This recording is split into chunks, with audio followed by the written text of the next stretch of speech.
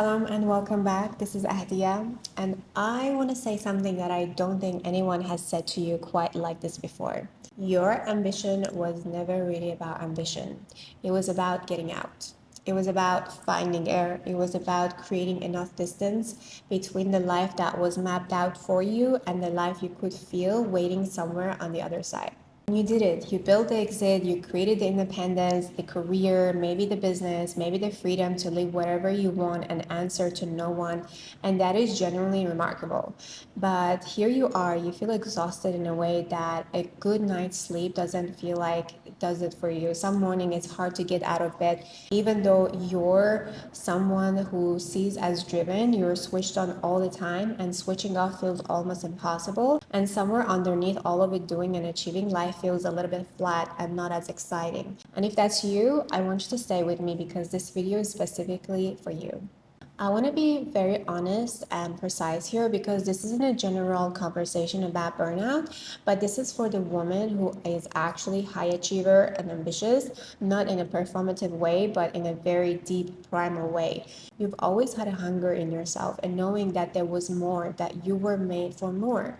And you grew up somewhere that made that very complicated. Maybe it was a culture where your reputation and your family's reputation was tied to how well you stayed within a certain set of expectation, how you behaved, where being a girl with big dreams wasn't always celebrated. And so ambition became more than a personality trait, it became a lifeline, a way through the quiet internal promise that told you that if I can just build enough, achieve enough, get far away enough, then I can finally be free. And I'm speaking this because I've lived it myself. Growing up, having goals as a girl wasn't simple. There were cultural expectations and social pressures, a very specific picture of what my life was supposed to look like, and my actual inner world didn't match any of it. My ambition wasn't always celebrated. Yes, it was nice to study and be paid for going to uni and everything, but at the same time, I had bigger dreams that I felt like it was so distant from me and almost impossible given what was expected of me as a woman. So I held on to that ambition. It was the only solid thing. I didn't want to get married young, or I was never interested in any of that. It was my ambition that really supported me and saved me, and it got me somewhere real that I feel like I can live the life that I have now. It's been 6 years living life on my own terms and building a life that I want, the business that I want, and my past genuinely feels so different in reality. I feel like it's such a different reality that I used to live. It happened to a different version of me in a different world, different timeline, and I'm so grateful for how far I've come so far. I wouldn't have been able to be here without my parents' sacrifices, without my own resilience, without God's mercy. What I also know from those 6 years is that the journey here was not just about building external freedom. My body had its own journey to go on. Having high cortisol, low energy, low motivation. There was this flatness that would settle in what wasn't quite depression, but also I didn't feel quite alive. So my body was already speaking to me in every way it knew how. And for a long time, I pushed through anyway because it's what I knew how to do. It was only doing the deeper somatic work, subconscious healing, learning how to actually listen to my physiology instead of be on the go, go, go and in survival mode, that things started to shift. And that experience is a big part of why I built the framework that now I use to help other high achieving women to do the same. So let me offer you something here that I think reframes everything. The exhaustion you're feeling is not a character flaw. It's not that you're weak or lazy or need more willpower or more discipline. It's that your nervous system has been running in survival mode for a very long time, and it doesn't automatically just turn off just because your external reality has changed. If you're constantly running on the same pattern of survival, of trying to feel like life is not good enough, I need to achieve more and do more and be more, then you're never going to be able to actually rest without guilt. Think about what it actually takes to be the kind of woman you are, to grow up in an environment that limited you, to hold your ambition quietly and privately, to work twice as hard to prove something, to go against the culture expectation, to build your way out. All of that live in your body. Your nervous system logged every bit of that experience. And nervous systems that have been in chronic activation chronic hypervigilance, constant drive and go, constant output, don't know how to just relax and rest. Even when rest is finally safe, even when there is nothing left to fight for or run from, your body still doesn't feel good to rest because it's still running on a lot of high cortisol. So you end up subconsciously keep performing. You perform discipline, you perform productivity, and then you blame yourself for not being consistent enough. In relationships, you might still be performing to be chosen, shrinking yourself, trying to be feminine in a very fake way to manipulate a man to give you what you want, which is the commitment. But inherently, it's just not aligned for you.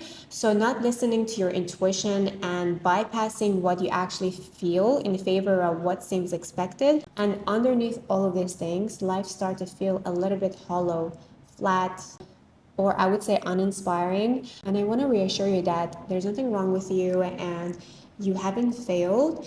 It's just that you're still running on a survival pattern that hasn't yet received the update.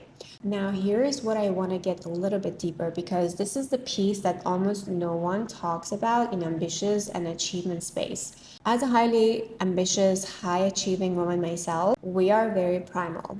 And I mean that in the most expansive, empowering way. Underneath all the goals and the strategy and the drive, we have bodies that are wired for so much more than productivity. We are wired for rhythm, for sensation, for rest, for pleasure, for play, and genuine aliveness, for the kind of safety that isn't just about having the right circumstances, but about feeling it in your bones. We're not wired to just always relax, but we are wired to actually go after what we want with safety, with determination, without actually burning ourselves out.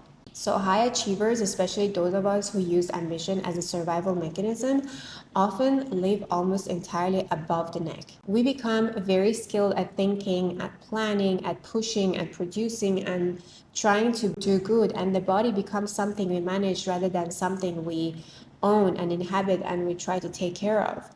And this was true for me because the health challenges that I went through, the cortisol spikes, the low energy, the motivation flatness, all of those were my body asking to be included, asking to be heard, telling me that I need to slow down, I need to change my pattern, I need to change the way I see my reality, and asking to be more than just a vehicle of my ambition. And it wasn't something that I could just change with affirmation and meditation and manifestation. Even manifestation for me felt like such a big task that I needed to achieve, which is, again, it's a very masculine way of bringing my desires into reality.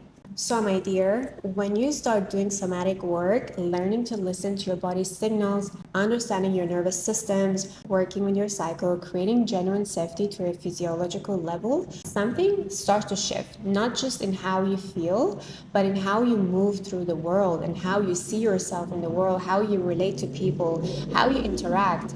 Excuse the noise. So the urgency starts to come down. You're no longer running on a thread energy, but you start flowing. You allow things to come to you. You start to feel the difference between the desire versus compulsion and force. This is when life stops feeling flat, and that's when freedom that you build actually starts to feel like the freedom that you really want to feel. It feels juicy, it feels expansive, it feels like you can have more and hold more. Your ambition is one of the most beautiful, sacred thing about you that God gave you. So the question isn't whether to keep it or not. The question is, what is your ambition is based on? What is your actual baseline? Is it survival, pain, or is it actually expansion and playfulness and drive? Because those two things can look almost identical from the outside, but they feel completely different from the inside, and only one of them is sustainable in a longer term.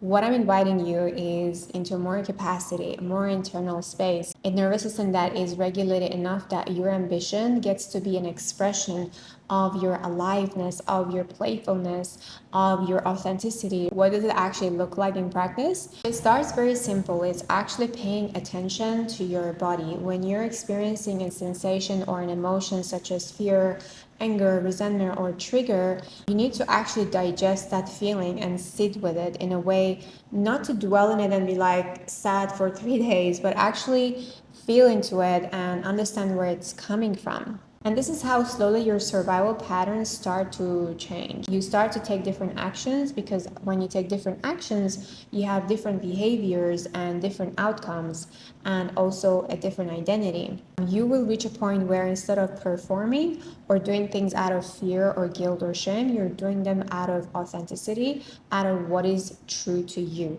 I'm going to end it by saying that you built something extraordinary. You got yourself out. You created a life that your younger self could only have quietly dreamed of having, and you should be so proud of yourself. If this resonated, leave a comment and tell me which part of it feels more like you. And if you're new here, I make content for high achieving, ambitious women who are ready to stop surviving their own life and start actually living them. So subscribe, and I'll see you in the next video.